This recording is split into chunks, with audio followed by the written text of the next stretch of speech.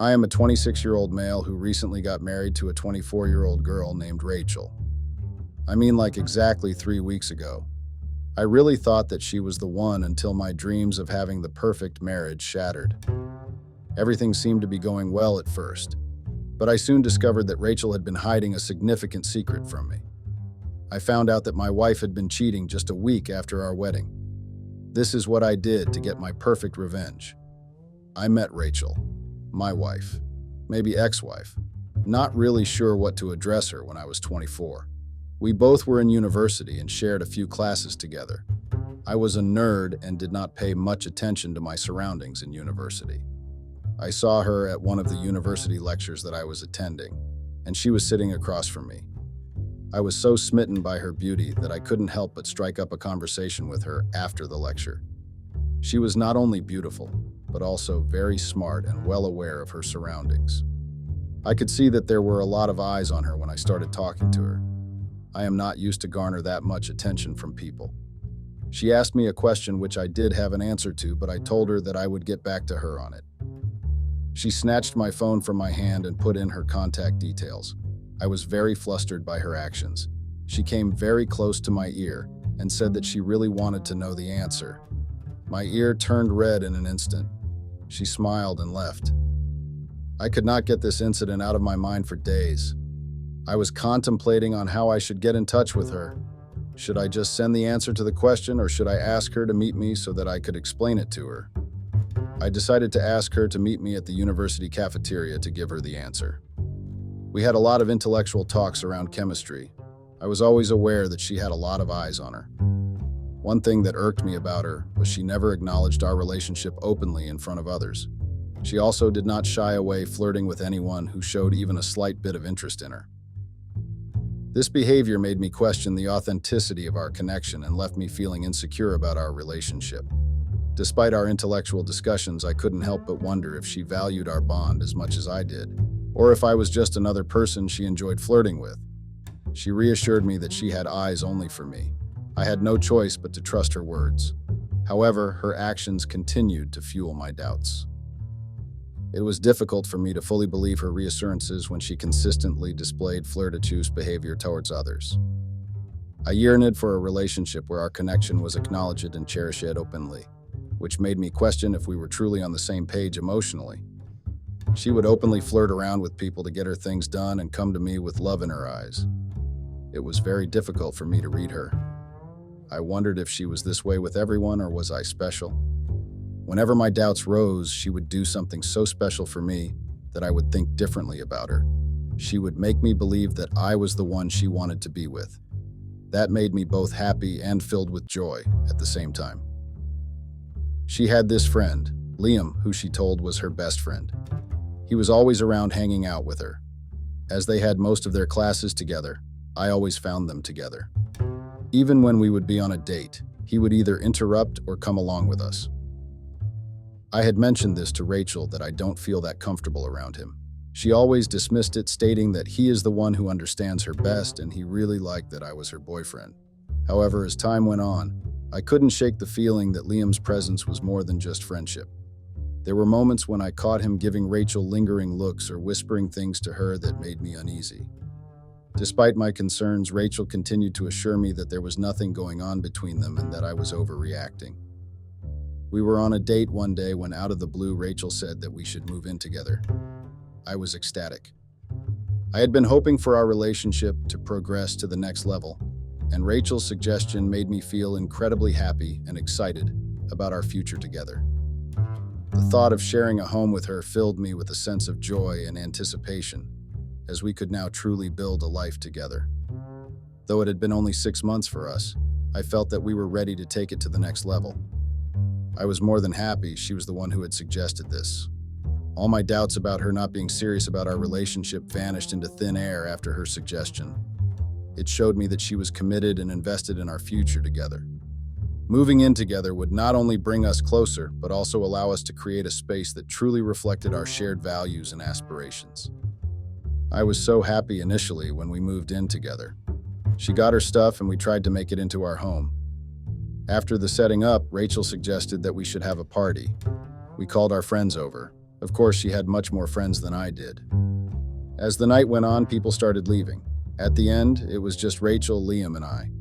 I was hoping that he would leave soon. I knew that Rachel would not appreciate it if I asked Liam to leave, so I was waiting for either one of them to realize that it's late and we should call it a night. As the night grew later, I couldn't help but feel a sense of discomfort lingering in the air. The exhaustion was starting to weigh on me, and I silently hoped that someone would suggest winding down and bidding farewell. However, the atmosphere remained lively, and I found myself anxiously awaiting a natural conclusion to the evening. I was almost dozing off when Rachel suggested that I go to the bedroom and rest. She kissed me goodnight and whispered, "Don't worry, I'll join you soon." Her comforting words eased my tiredness, and I obediently made my way to the bedroom, feeling grateful for her understanding and care. I woke up the next morning and saw Rachel was nowhere to be seen. I looked at the time and thought that she might have already left for her classes. I walked out of the room to see the mess from last night and clear it. As I walked toward the sofa, I saw something on the couch. I moved closer, still pretty sleepy and drunk from last night. It was hard to understand what it was. I slowly moved the comforter and was expecting it to be Rachel. As I moved the comforter, I saw Liam fast asleep. I was about to walk towards the kitchen when I saw something familiar. I moved the comforter further down, and there she was. Rachel was sleeping beside Liam with her clothes disheveled, and this brought me out of my hangover instantly. Memories of the previous night flooded back, and I couldn't help but feel a mix of anger and betrayal. I needed answers, but I also knew that confronting them in that moment would only lead to more chaos. I decided to leave for work, as there was no point in waking them up and confronting them now. I wanted them to be sober before I spoke to them. I left for work, but was filled with a mix of frustration and concern. It was difficult to focus on my tasks, constantly wondering what had happened the night before. As I anxiously waited for the day to end, I hoped that it was not what I was thinking. I quickly rushed home and noticed that Liam was still at home. I was both glad and angry. Glad that I could talk to both of them at the same time, and angry that Rachel did not ask him to leave. I asked them very coolly what happened last night. They both started laughing. I was getting impatient, and they were doing nothing to help me subside my anger. Rachel then told me that after I went to bed, they had a few more drinks and passed out on the couch. There was no way I was going to fall for such blatant lies. I was still looking at them to see if they would elaborate more on it. They just started talking among themselves about other things. It was as if I was invisible, and I standing there did not bother them. I could not take it anymore and walked into my room. After almost 1 hour, Liam finally left, and Rachel made her way into our bedroom. I did not pay any attention to her and was focusing on trying to read a book. She walked towards me and pulled the book from my hands. She then sat on my lap and started kissing me. I knew very well that I should not fall for her tactics and insist on more explanation regarding last night. But there was something about her that instantly made me think that I was the only one she truly loved. Maybe it was just a mistake. Maybe they were too sloshed to realize where and who they were sleeping with. After our steamy session, she said that if she knew that I was not the one on the couch, she would have found me and slept beside me. Though I wasn't fully convinced with their drunken story, I decided to let it slide. They had been friends for a really long time, and I know that things like these do happen at parties. I still had trust in my relationship with Rachel and wanted to give it a chance. It had been 1 year since we had been together. I decided that it was time for us to take our relationship to the next level. I had made all preparations to propose to her at her favorite restaurant with the cliché ring in the drink. I had butterflies in my stomach as I rehearsed the words I would say to her, hoping she would say yes. The thought of spending the rest of my life with her filled me with excitement and anticipation. I was panicking when the wine glasses arrived. I waited for her to take a sip and realized that there was a ring in the glass. When she did, she was still for like 15 seconds. I was scared that she would just walk away. I didn't know what was going through her mind. My heart had stopped beating in those few seconds. Finally, after a really long pause, she said yes and came towards me to kiss me. As we embraced, tears of joy streamed down my face. In that moment, I knew that our love was stronger than ever and that our future together was filled with endless possibilities. Rachel and I sat together to pick dates for our wedding. She asked that we should get married after she completed her degree. She was excited and wanted to be able to focus on all the aspects of planning the wedding without thinking about her assignments. We discussed the potential dates and agreed that it would be best to have the wedding during the summer break, giving Rachel ample time to relax and enjoy the celebration. Additionally, we decided to involve a wedding planner to alleviate any stress and ensure that everything goes smoothly on our special day. We shortlisted a wedding planner and also a few shops to buy other things from. I told Rachel that I would work on her assignments with her so that she has enough time to visit all the shops and venues to shortlist things. I was busy with my work and completing assignments for Rachel. I could hardly make time to visit the venues or the event planner. Rachel would take Liam along with her on her ventures. They were deciding on things on their own. I did feel a little left out, as it was me Rachel was getting married to and not Liam. I did bring that up to Rachel, expressing my concerns about feeling excluded from the wedding planning process. I explained that I wanted to be more involved and have a say in important decisions. Rachel understood my perspective and apologized for unintentionally leaving me out. We agreed to set aside dedicated time to discuss and make decisions together, ensuring that both of our voices were heard in the wedding preparations. The countdown had started for our wedding. There were 2 weeks left, and Rachel had to finalize her wedding dress. I wanted to tag along for the dress trial, but she said that it would be a surprise and did not want me to see her in the dress before the wedding. Liam had come to pick her up and they left. I did feel that Liam was getting too involved in the entire process, but as Rachel was being so comfortable around him, I decided that maybe he was also excited to see his best friend getting married. All the preparations were going as per the schedule, and there were no hiccups with anything. There was a dance that we were supposed to prepare for the wedding. At times, I would see Rachel and Liam practicing it when I was busy. I did feel hurt, but I knew that if I had been there, Rachel would be practicing with me. I made my peace with Rachel and Liam being friends and decided to focus on my own preparations for the wedding. It was important for me to remember that friendships can evolve and change, and that it didn't diminish the bond I shared with Rachel. Plus, seeing them practice together only motivated me to work harder on perfecting my part in the dance. Finally, it was the day of the wedding. I was restless and nervous at the same time, my heart pounding with anticipation. The months of planning and preparation had led up to this moment, and I couldn't help but feel a mix of excitement and jitters. As I stood in front of the mirror, adjusting my tie for the umpteenth time, I took a deep breath and reminded myself that everything would be perfect. I was waiting at the altar with bated breath, scanning the crowd for a glimpse of my soon-to-be spouse. The room was filled with the soft hum of anticipation, and as the music began to play, I felt a surge of emotion wash over me. This was it, the beginning of our forever together. She finally walked in, looking absolutely radiant in her wedding gown. The room seemed to hold its breath as she made her way down the aisle, and I couldn't help but be overcome with a sense of awe and gratitude. In that moment, I knew without a doubt that I was about to embark on the most incredible journey of my life. We took our vows with trembling voices, promising to love and cherish each other through thick and thin. The words felt weighty and profound, as if they were filling our souls together for eternity. With tears of joy streaming down our faces, we exchanged rings, symbolizing our commitment to one another. It was a sacred moment, filled with the promise of a lifetime of love and happiness. The pastor asked us to kiss and seal the wedding. We danced just like we practiced and celebrated with friends and family around. We headed to our honeymoon suite and lawfully enjoyed our night together. The next morning, we woke up feeling refreshed and excited to start our first day as a married couple. We decided on a honeymoon trip 6 months after my promotion. I wanted to take her for an exquisite trip, which she would remember for her lifetime. I wanted it to be the best holiday of her life. We spent 2 days in the hotel that was booked by my parents. We went home and unpacked our bags. This was our first day in this house after we were married.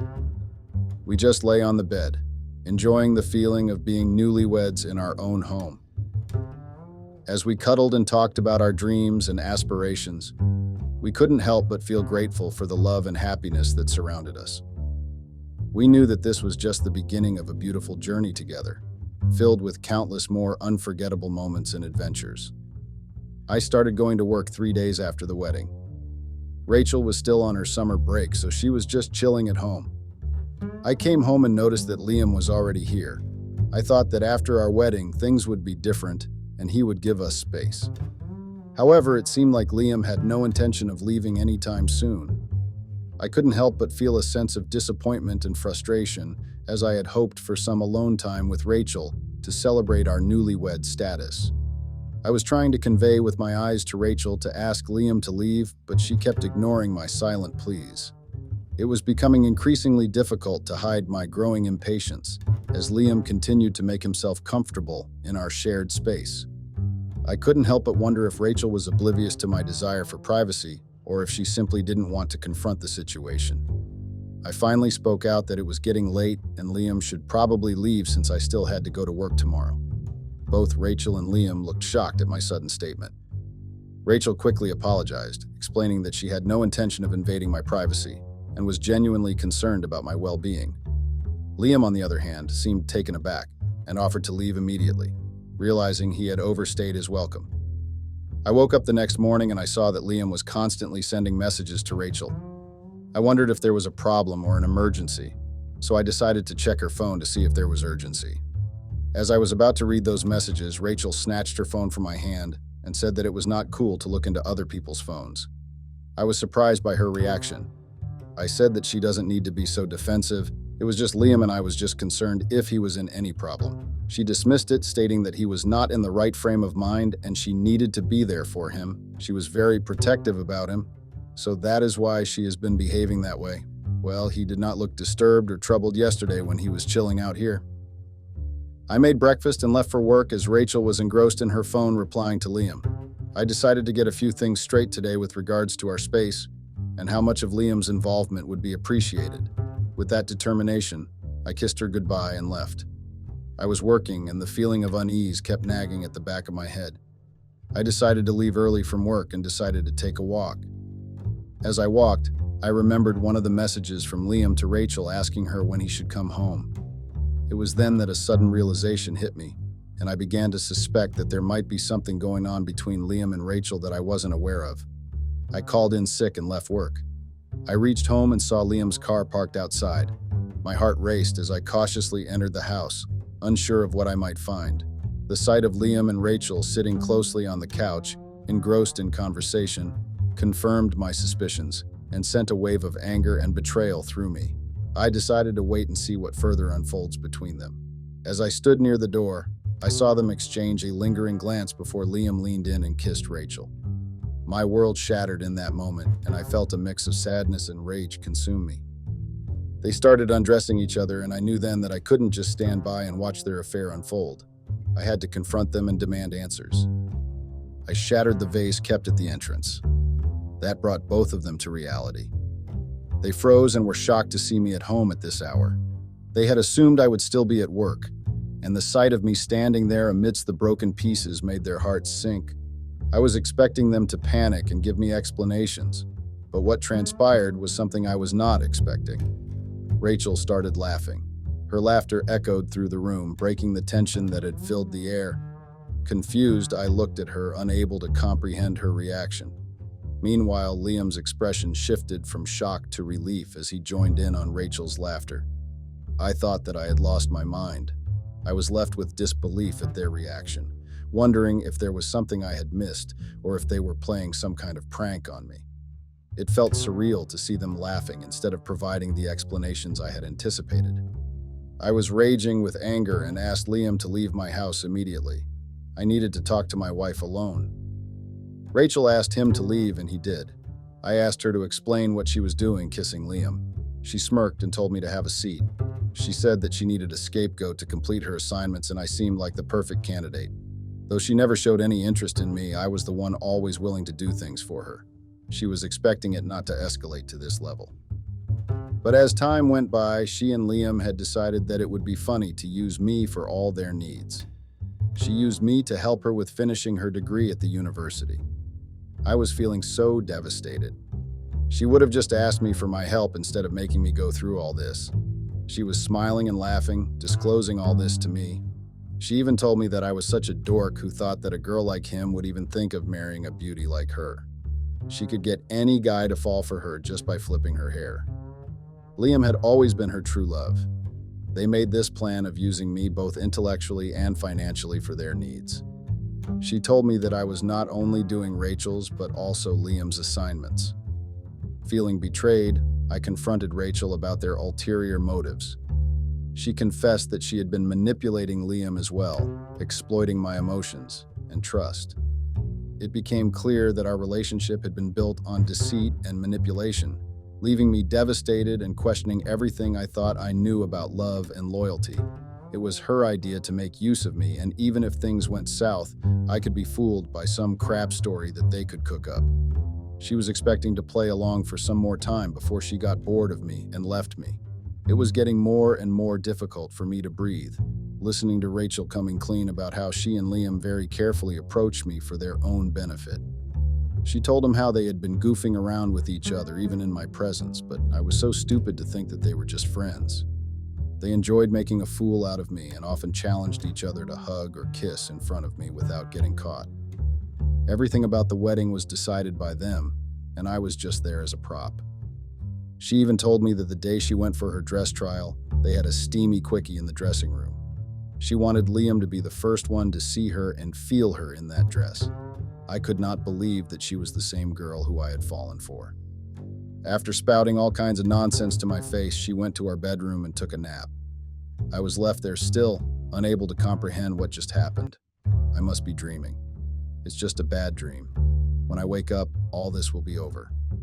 I was still in denial that this was happening to me. There were a lot of red flags even during the preparations of our wedding that I had turned a blind eye towards. I now wish I could have been much more rational and decided to follow my gut. There were instances where many people I knew had come up to me and suggested that I reconsider the decision of marrying her. But me being me, blinded by love, I did not pay any attention to my friends' suggestions. Now, when I look back, I had so many opportunities to call off the wedding, but had been stupid enough to still go ahead with it. It was all in front of my eyes. Liam was always at home when I was gone. He would always tag along with us, and they would have hushed conversations. He would keep checking her out all the time while going to a party. They would sit too close to each other, often forgetting that I was also with them. It was all my fault that I was so blinded by love that it was all right there but did not want to see it. It took me 2 days to realize what Rachel and Liam had done to me. I decided that I can't sit here pitying myself. Rachel had left yesterday with Liam for dinner and asked me to leave the house before they were back. They did not even have the audacity to apologize to me for making my life into a joke. I made up my mind not to let this go so easily. I can't be Rachel's puppet anymore. I had to do something to redeem myself and not look like a loser. They had no shame and were laughing their hearts out after being caught cheating. I left the house and I was thinking of how I could take my revenge. I started thinking of ways to make them regret this. As I was scrolling through my laptop to find my options, I received a notification from Rachel's university for the deadline to submit an assignment. Oh yes, I completely forgot that I was still logged into her university account. And just like that, I knew exactly what I should be doing. I logged into her account and changed the password so that I have access to everything.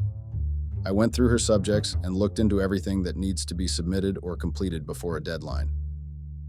I made a note of everything and started formulating my plan. I knew that she cared so much about graduating that she even faked it to love me and got married to me. If that is something she cares about, that is what I need to stop her from having. You steal something precious from me, I do the same to you so that we get even. That's how you live your life, at least that is what my mind kept telling me. I had always suspected that her love for me was not genuine, but I never imagined she would go to such lengths to secure her graduation. It became clear that her priorities were solely focused on achieving academic success, even if it meant deceiving me in the process. In order to level the playing field and make her understand the consequences of her actions, I felt compelled to retaliate and take away something equally valuable from her life. This was the only way I could ensure she truly comprehend the impact. I started my work on her assignments. I filled them with garbage. I sent explicit emails to her professors, which included graphic images of her trying to seduce them as well. I wanted to cover all bases. My only focus was to get her expelled. I knew that she could not plead guilty to her professors and let them know that she shared her login credentials with someone else. That would get her in trouble as they would know that she was not the one doing her assignments.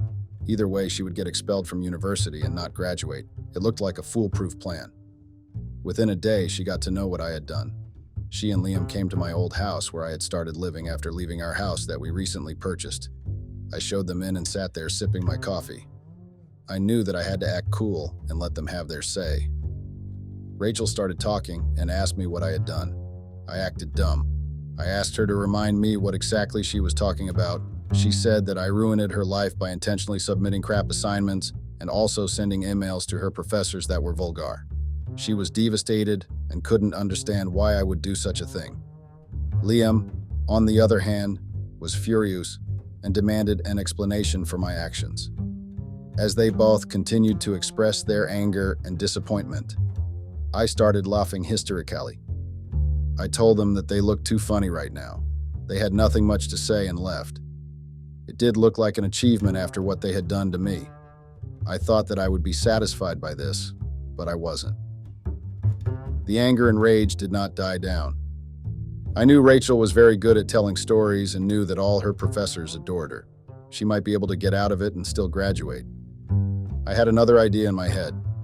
The house that she and Liam were living in was under her name. I called my bank and asked them to take my name off the monthly payments and add my wife's name to it. The manager agreed to it. The same way, I made sure all the bills were put under her name as I had taken this house to move in with her. She had the responsibility to pay up for everything that I had spent on her so far. Till this point, I was taking care of all the bills as I loved her. Now there was no need to do anything for her. She and her good-for-nothing boyfriend, Liam, can handle all of this. I decided to move from this old house as well so that they don't track me down again. So this is what it has come to. 3 weeks ago was the happiest day of my life. I was imagining spending the rest of my life with someone so cunning and cruel.